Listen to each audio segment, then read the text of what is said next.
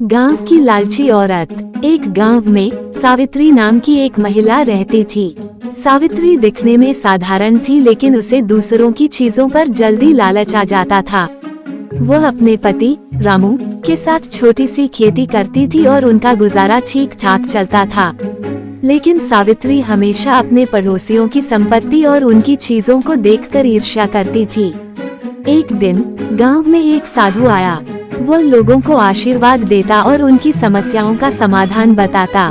सावित्री ने सोचा, अगर साधु मुझे कुछ ऐसा दे दे जिससे मैं अमीर बन जाऊं, तो मेरी सारी परेशानी खत्म हो जाएगी। सावित्री ने साधु से कहा, महाराज, मुझे ऐसा वरदान दीजिए जिससे मैं बहुत अमीर हो जाऊं। साधु ने मुस्कुराकर कहा, मैं तुम्हें एक जादुई कलश देता हूँ। इसमें जो कुछ भी डालोगी वह दोगुना होकर वापस आएगा।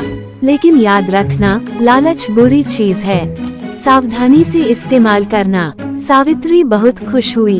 वो कलश को लेकर घर आई और उसमें एक सोने की चेन डाली। कलश से 2 चेन बाहर निकली।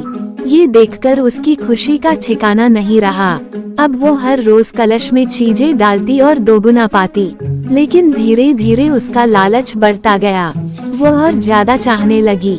उसने सोचा, अगर मैं इस कलश में अपनी सारी संपत्ति डाल दूं, तो वह भी दोगुनी हो जाएगी। उसने अपनी सारी संपत्ति कलश में डाल दी, लेकिन इस बार कलश ने कुछ वापस नहीं दिया। साधु ने जो चेतावनी दी थी वह सच साबित हुई। सावित्री का लालच उसे उसकी सारी संपत्ति से वंचित कर गया। अब उसके पास न तो पैसे थे न संपत्ति। कहानी की सीख, लालच का अंत हमेशा बुरा होता है। संतोष और मेहनत से कमाई गई चीजें ही सच्ची संपत्ति होती हैं।